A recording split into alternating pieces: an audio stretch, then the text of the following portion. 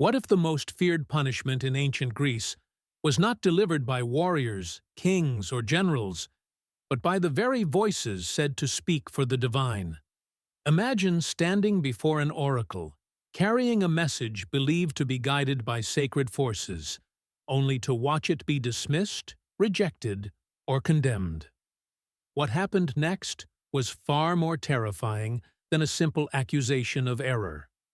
When a messenger was discredited before an oracle, the consequences rippled far beyond a single temple. They altered reputations, destinies, and even the fragile balance between the mortal world and what the Greeks believed to be the will of the gods. This world was not ruled by fairness. It was ruled by interpretation, influence, and rituals that shaped fear with remarkable precision.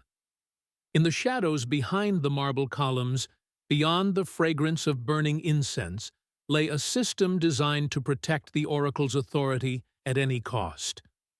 Discredited messengers became symbols of danger, reminders that no one was exempt from the spiritual hierarchy governing the temples. Their presence created tension among priests, scribes, and even allied sanctuaries that depended on the oracle's word to maintain political and sacred power. The oracle did not merely reject a message.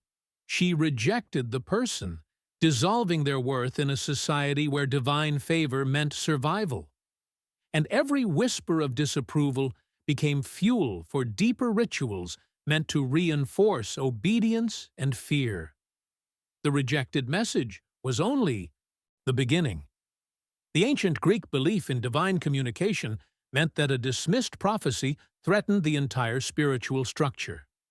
If a message was considered impure, misguided, or manipulated, the messenger became responsible for disrupting the balance between humanity and the gods. This fear allowed priests to create rituals of containment, purification, and even humiliation, all justified under the claim of restoring cosmic order. The spiritual weight crushed anyone caught in this judgment, transforming simple error into existential danger. You may already sense how these forgotten practices shaped not only individuals, but entire communities. The deeper we go, the more unsettling the truth becomes. The world of the oracles was not serene or harmonious. It was a battlefield of influence, secrets, and consequences wrapped in sacred language. The next revelations may bring you even closer to the hidden machinery that governed ancient temples and the fates of those who dared to fail them. Before we continue, share your thoughts. Have you ever felt the pressure of carrying expectations that were larger than you? Leave a comment and tell me what this opening made you reflect on. And while you are here, check if you are subscribed to the channel and leave a like, so this investigation can reach more people who value this kind of deep historical exploration. What you will uncover next might surprise you even more, and the path ahead only becomes darker as we move forward.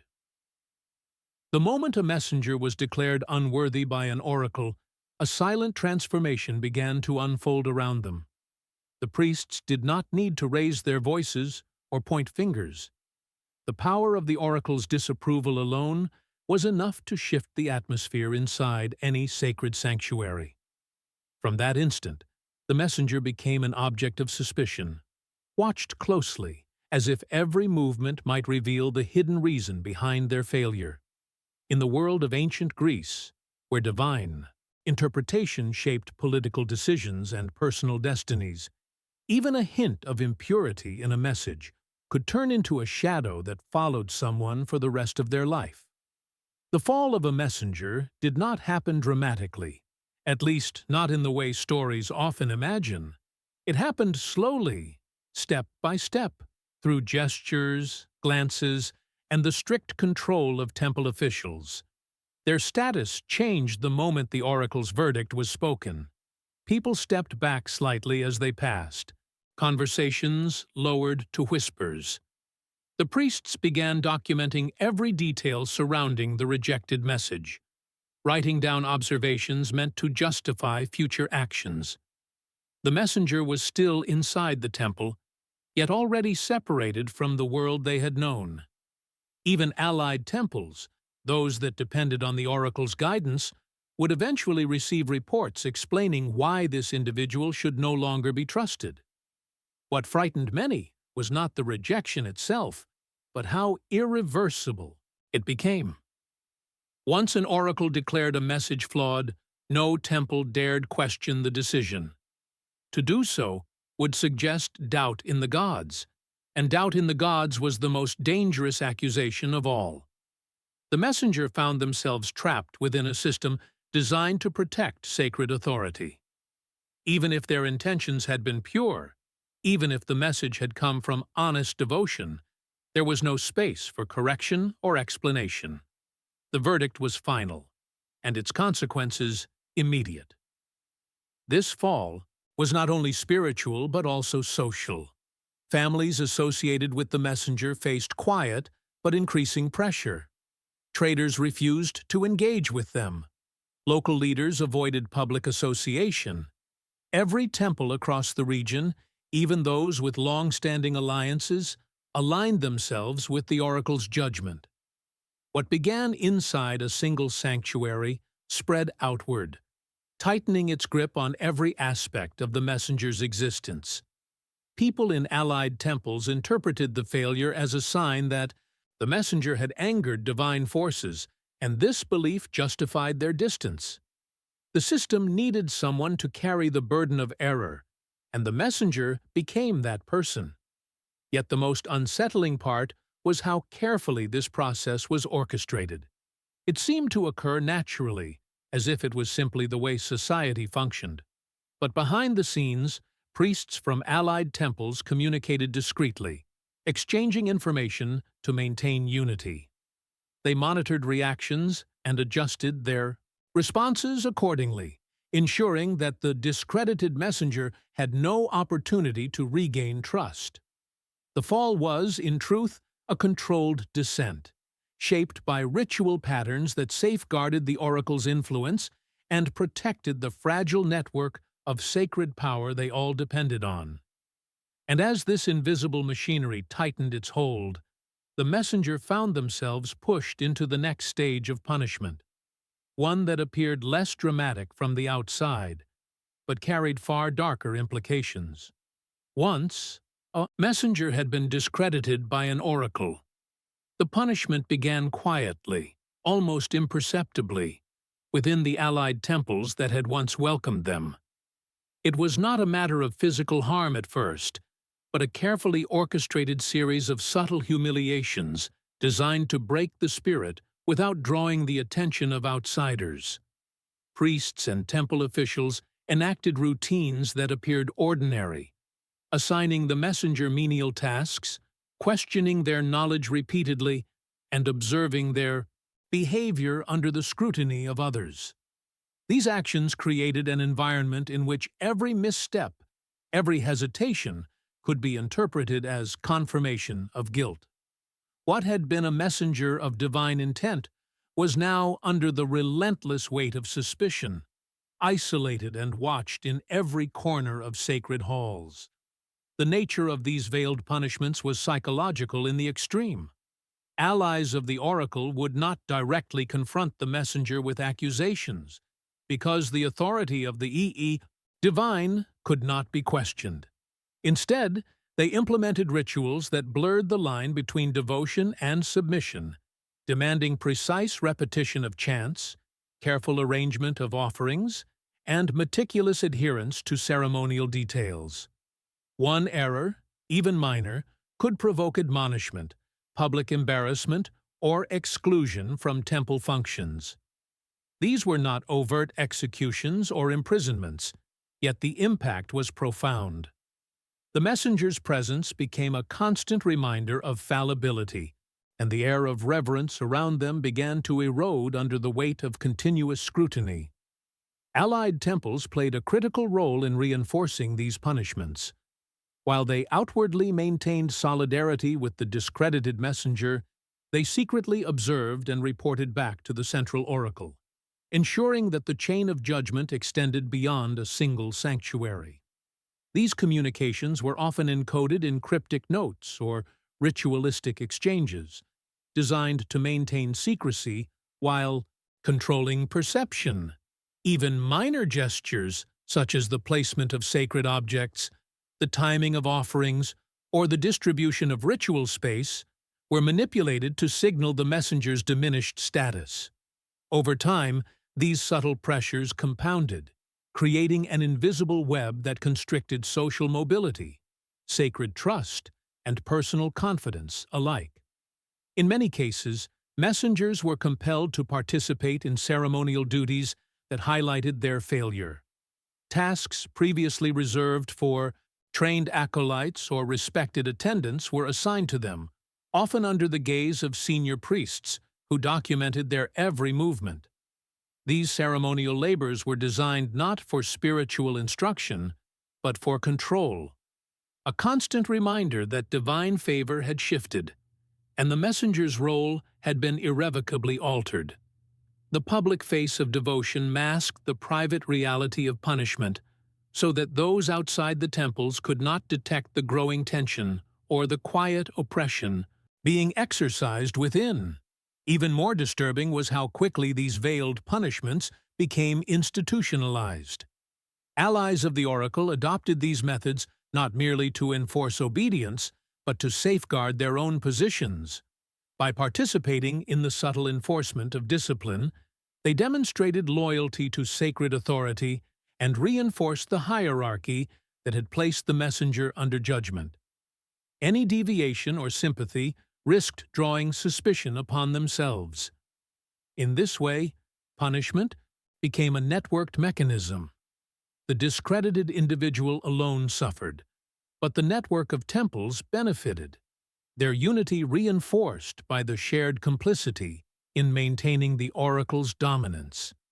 And so, what began as a subtle, almost imperceptible series of humiliations slowly escalated, preparing the messenger for deeper, more ritualized consequences that would test the boundaries of belief, endurance, and survival within the sacred precincts. The veiled punishments that began within the allied temples eventually escalated into rituals that were anything but subtle. Messengers who had failed the oracle were not merely questioned or isolated, they were drawn into ceremonies designed to reaffirm the authority of the gods while breaking the individual's sense of self. These rituals were performed in dimly lit chambers, often in spaces hidden from public view, where the faint smell of incense masked the tension and fear that permeated the air. The procedures themselves were shrouded in layers of symbolism, actions, words, and gestures, all encoded with messages that carried immense spiritual weight. For the messenger, each movement was a test, each recitation a trap, and every pause a potential sin. Allied temples played a crucial role in orchestrating these dark rituals. Priests and acolytes from neighboring sanctuaries were summoned, their presence serving both to witness the ceremony and to reinforce a sense of isolation for the discredited messenger. The participation of multiple temples created a network of oversight, ensuring that no deviation from the prescribed procedure would go unnoticed. Each action was monitored, each response scrutinized, and each error recorded. In the minds of the participants, the rituals were a means to restore divine balance. Yet, for the messenger, they became a methodical exercise in fear and psychological domination. The oracle's judgment extended far beyond a single sanctuary, cascading across every allied temple, magnifying the weight of failure. The complexity of these rituals was matched only by their intensity. Messengers were often required to perform acts that symbolically represented their purification or subjugation, from kneeling for hours in silence to repeating sacred chants in exacting sequences. Failure to comply precisely was interpreted as defiance, potentially invoking additional layers of discipline. These ceremonies were rarely witnessed by outsiders, preserving the illusion that the messenger's fall was spiritual rather than punitive. And yet, within the walls of the temples, the consequences were real, shaping not only the messenger's perception of themselves, but also the perception of their peers, subordinates, and allies who were called upon to participate. Over time, these rituals instilled a profound sense of dread. Messengers learned to anticipate every movement, every verbal prompt, and every ritualistic requirement. The continuous repetition of these ceremonies created a feedback loop of obedience, fear, and internalized shame. Even those who survived each session emerged with altered senses of trust, loyalty, and spiritual identity. They became vessels of the temple's authority, conduits for power enforced through psychological means rather than physical coercion alone. The structure of the rituals ensured that the oracle's word remained unchallenged, and the sacred hierarchy remained intact, no matter the messenger's personal convictions. At the conclusion of these ceremonies, messengers often left in a state of quiet devastation, their spirits weighed down by what had been done in the name of divinity. Their survival depended not only on endurance, but on the careful management of perception, how they were seen by priests, acolytes, and even allied temples.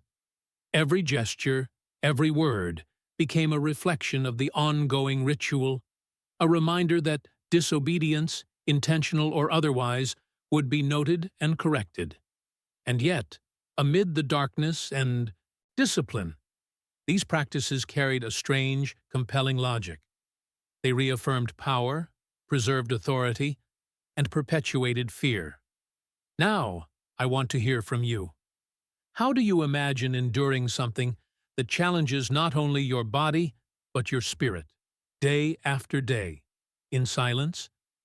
Leave a comment below sharing your thoughts or experiences, and reflect on the invisible weight of authority and belief. Engage with this story. Leave a like if you feel the impact, and remember to check if you're subscribed so you can follow the journey through the shadows of these ancient rituals. What comes next will reveal even deeper, more secretive practices that these allied temples employed, and the consequences will be more intense than anything seen so far. As the dark rituals concluded, and the veiled punishments took their toll, a more enduring consequence emerged: the spiritual mark that defined the messenger's destiny. This mark was not physical in the conventional sense, but it carried weight in the eyes of the priests, the allies of the oracle, and the wider sacred network.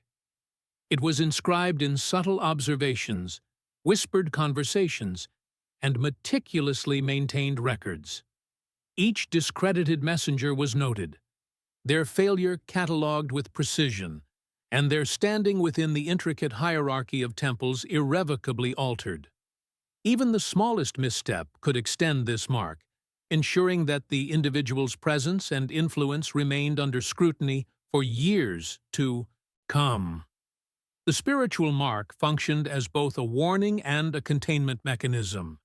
It reminded the messenger that any attempt to regain favor would be met with immediate and unforgiving correction. Messengers were aware that the gods had been invoked to justify their punishment, and the consequences of disobedience were framed as sacred rather than arbitrary. Every interaction within the temple, whether performing duties, offering sacrifices, or assisting with ceremonial preparations, was evaluated through the lens of this spiritual mark.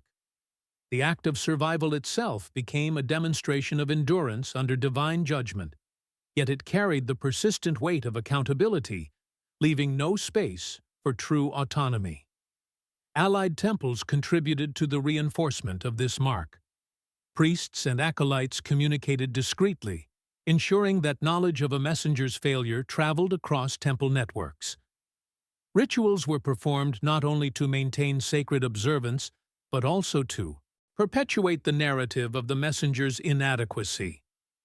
Through collective acknowledgement, the mark became a social and spiritual fact, a shared understanding that cemented the messenger's position as both an example and a cautionary figure. This integration of surveillance and ritual amplified the psychological impact, making the mark inseparable from the messenger's identity and fate. The mark also carried implications beyond the immediate temple. Messengers often traveled between sanctuaries or consulted with allied shrines, and their reputation preceded them. Other temples, even those with less direct involvement, received reports detailing their prior failures, further limiting opportunities for reintegration or restoration. These narratives reinforced the authority of the original oracle, ensuring that the spiritual hierarchy remained unchallenged. By controlling perception across temples, the system extended the reach of punishment far beyond the local context, making the II consequences enduring and comprehensive. For the messenger, the mark shaped their daily life, their spiritual practice, and their social interactions. It influenced how they were treated in rituals, how their words were received, and how their actions were interpreted. Even their private prayers and reflections could be scrutinized indirectly, as observers interpreted behavior in light of the oracle's previous judgment. The weight of the mark was subtle but relentless, a constant presence that molded thought, behavior, and expectation. It was a reminder that failure before the divine had tangible, lasting repercussions, and that the power of the oracle extended well beyond the spoken word. The spiritual mark exemplifies the enduring authority of the Greek oracle system, demonstrating that punishment was as much about maintaining hierarchical control and psychological influence as it was about correcting error.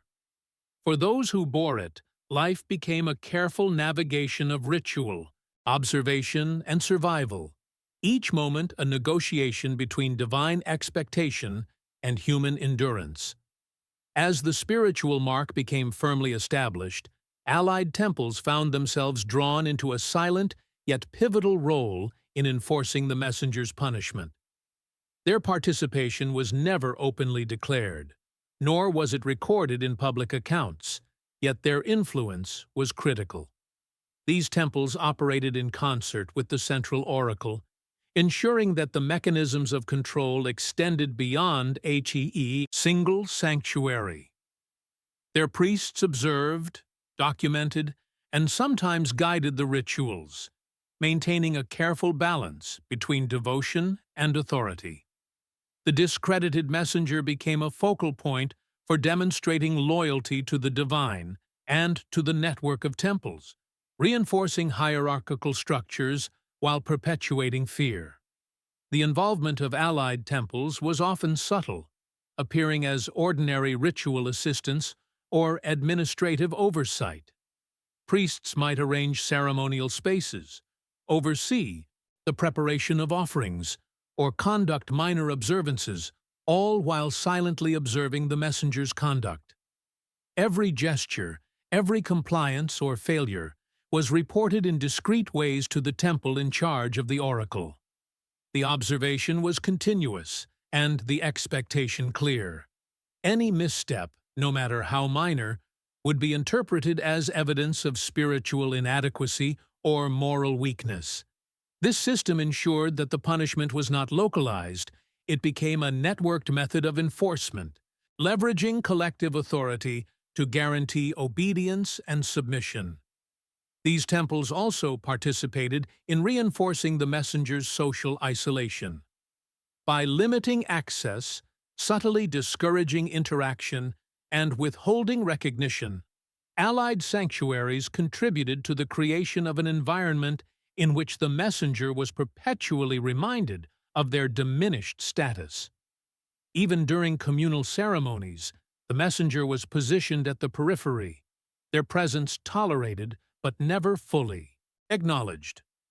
The rituals, while appearing standard, were carefully constructed to communicate hierarchy and control, ensuring that the oracle's judgment was experienced not only internally but externally by all who witnessed it. Allied temples maintained strict adherence to tradition and interpretation of sacred law, which further legitimized the punishment in the eyes of both the messenger and other priests. By following the prescribed protocols, they reinforced the illusion that the oracle's decision was unquestionable, divine, and absolute. The silent participation also served as a demonstration of loyalty to the central oracle, signaling to other temples the importance of obedience, the consequences of deviation, and the methods by which spiritual authority was maintained. This alignment created a culture in which fear, respect, and surveillance were deeply intertwined, shaping behavior across the network of temples and ensuring that the messenger's punishment extended beyond immediate ritual spaces.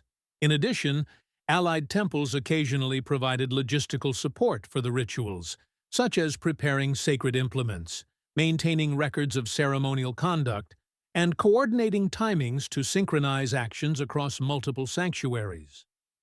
Each of these tasks, seemingly mundane, was critical to the operation of the punishment system, as even minor errors could undermine the authority of the central oracle.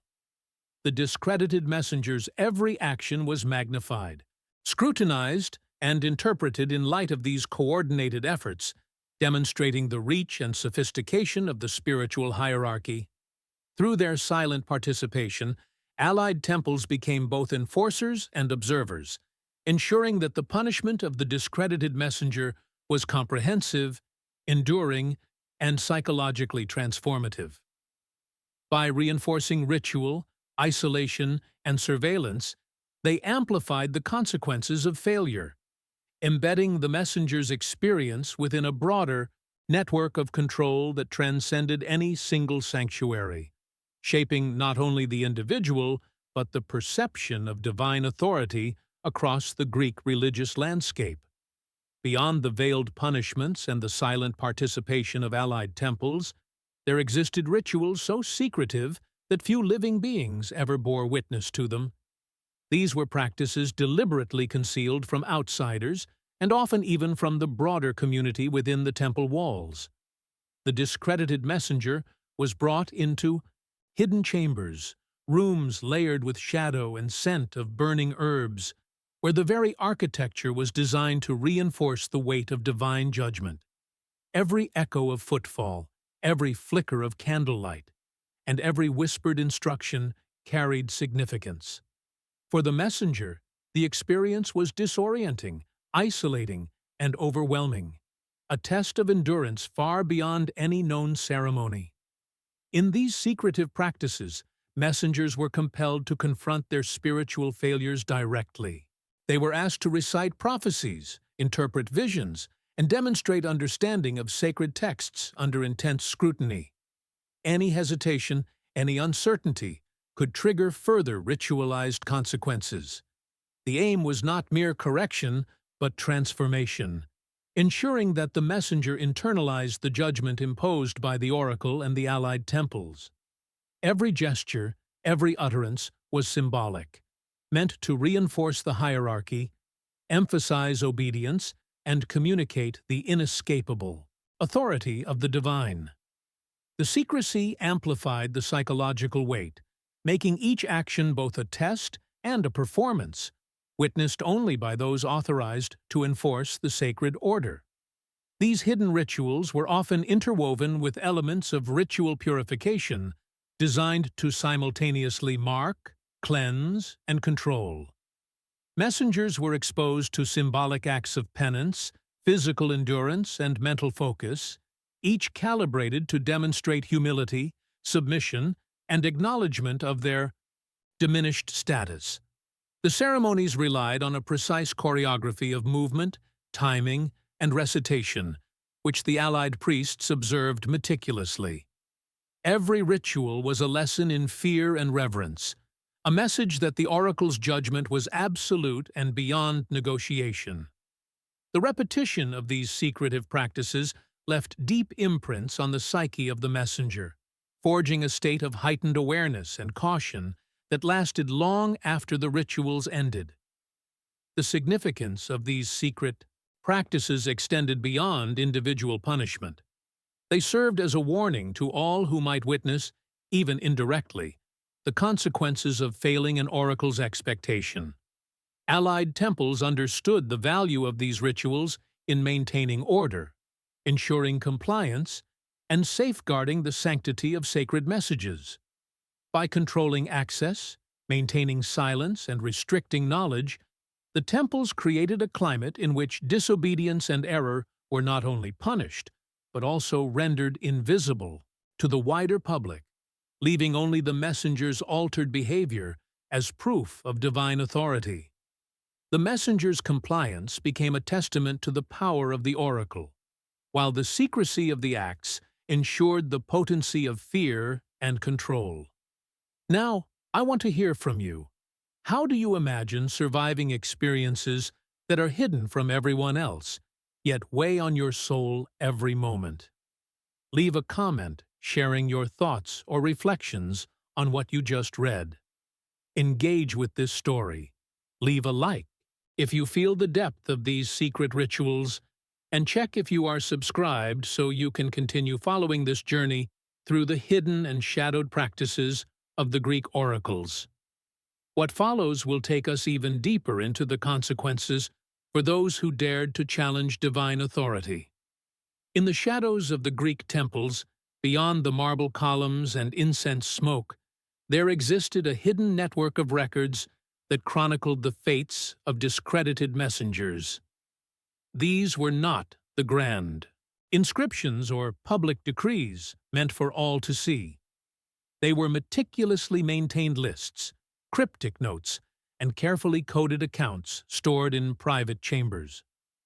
Only a select few priests and scribes had access, and each record was designed to preserve the memory of failure, the spiritual mark, and the subtle punishments inflicted.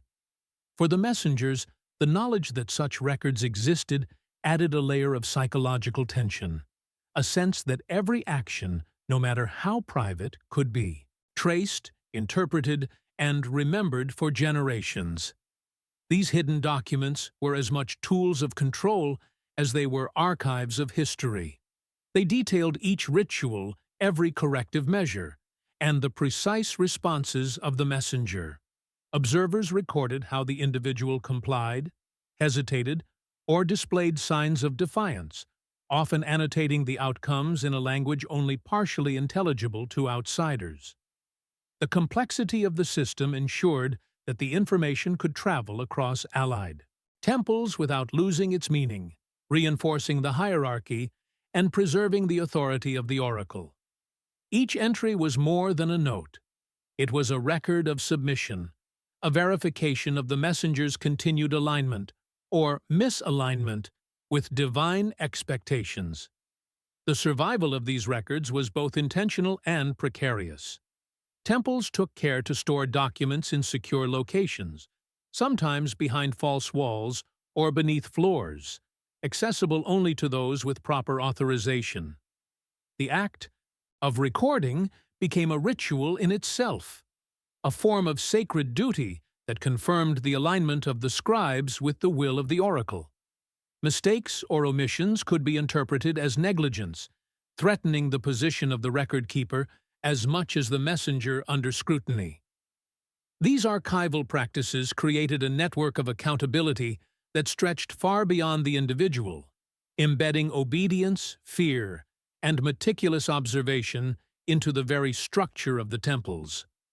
Over time, some of these hidden records survived the ages, often discovered centuries later by those with knowledge of ancient languages and cryptic symbolism.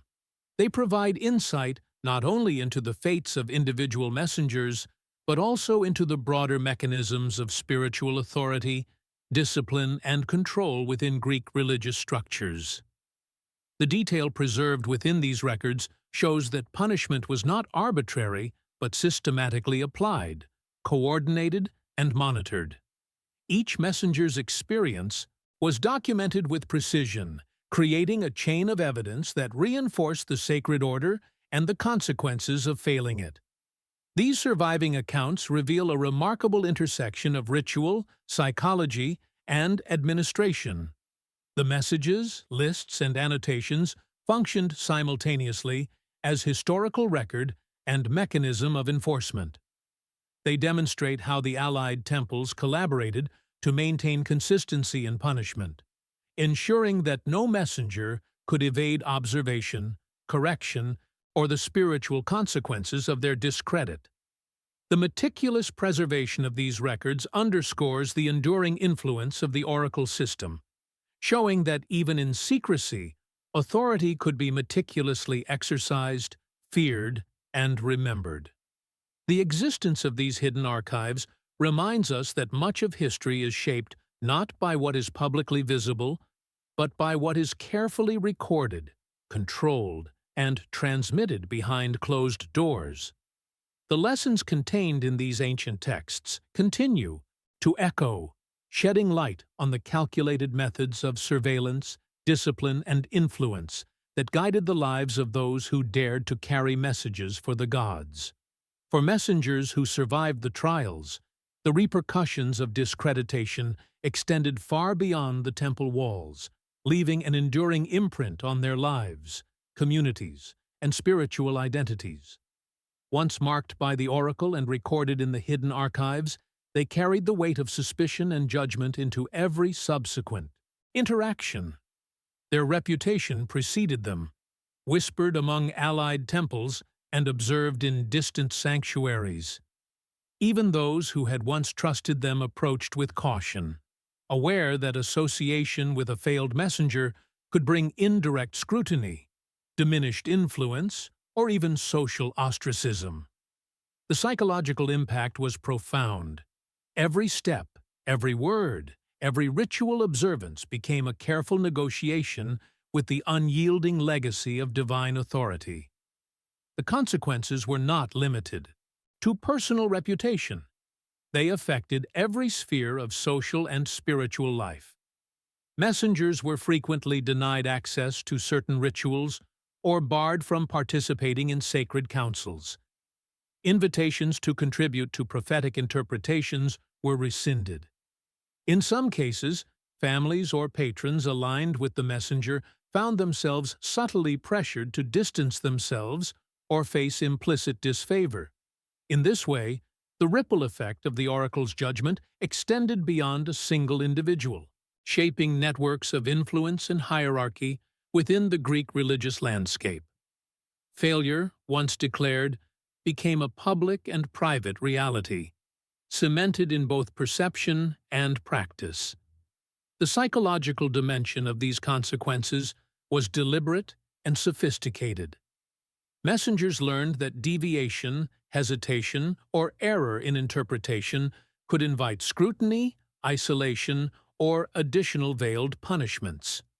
Over time, they internalized the authority of the oracle and allied temples, navigating each ritual, interaction, and observation with heightened vigilance. This internalization ensured compliance and perpetuated the hierarchy. The punishment was not only enacted externally, but reinforced internally, creating an enduring cycle of self-regulation and obedience. Each messenger's experience became a lesson to others, demonstrating the perils of challenging sacred authority and the permanence of divine judgment. The network of allied temples amplified these consequences. Reports, annotations, and subtle communications spread knowledge of failure far and wide, ensuring that the messenger's reputation could not be easily rehabilitated. Every community in which they traveled became aware of their past misstep, reinforcing the perception of divine disfavor. The combined effect was a meticulous, systematic shaping of social and spiritual reality. Obedience and alignment with the oracle were continuously enforced, while the shadow of discreditation haunted the messenger in both public and private spheres. Even decades later, the memory of being discredited influenced the messenger's spiritual practice and decision-making. Trust in divine communication, in ritual hierarchy, and in allied temple networks was forever altered. Actions were measured against precedent, every choice weighed against potential interpretation. The consequences of a single moment of rejection endured across time, shaping lives, communities, and religious structures.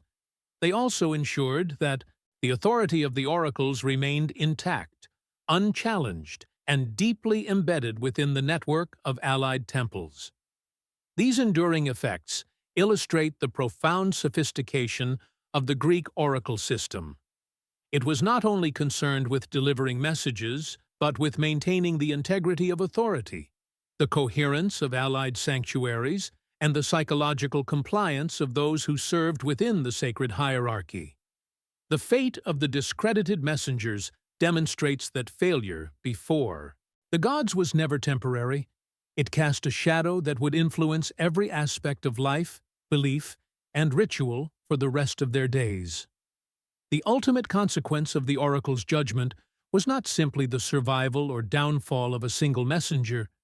It was the creation of a legacy that echoed through the allied temples, communities, and generations that followed.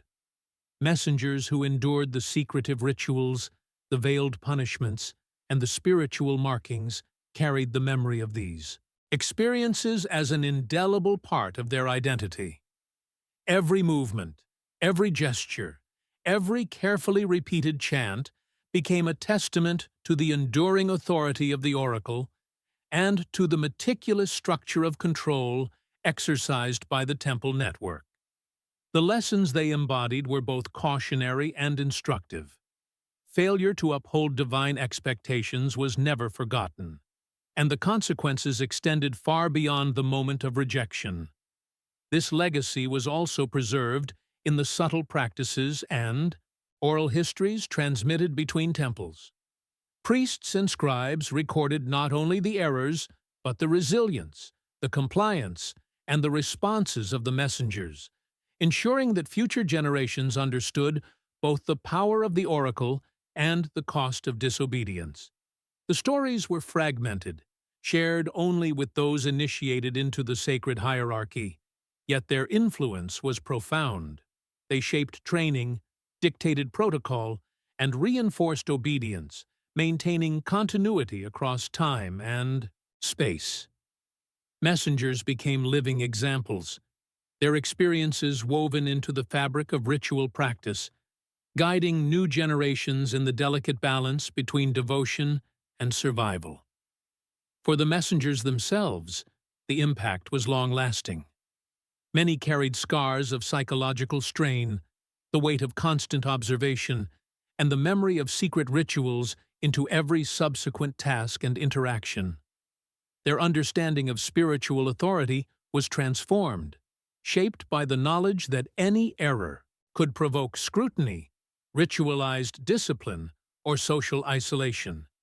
Even those who continued to serve faithfully were forever aware of the invisible mechanisms of control, the hidden networks of allied temples, and the enduring power of the oracle's judgment. Survival was never complete freedom. It was an ongoing negotiation with a system that had demonstrated both precision and ruthlessness. And yet, amid the darkness of these experiences, there remained a paradoxical form of empowerment.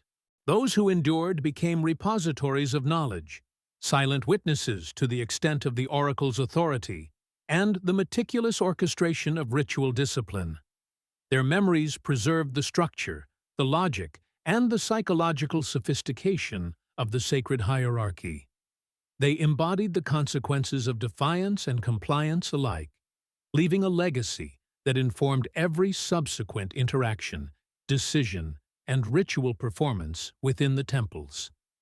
In this way, the oracle's system achieved its ultimate objective: control over both body and mind, reinforced through generations, rituals, and collective memory. Now, having journeyed through the trials, the secretive rituals, and the enduring consequences, it is time to reflect on what this history teaches us. If you have followed this exploration to the end, subscribe to the channel to continue uncovering hidden histories like this one. Leave a comment telling me, "This message was for me," to mark that you've engaged fully with the story. Give the video a like to acknowledge the depth of these revelations, and then consider watching the next video just beside this one. It will continue the investigation into the shadowed world of ancient sacred authority and the hidden power of rituals that shaped lives, communities, and belief across time. The lessons of these ancient temples, the discredited messengers, and the calculated methods of control remain hauntingly relevant, waiting for those willing to look closely and remember what was almost erased.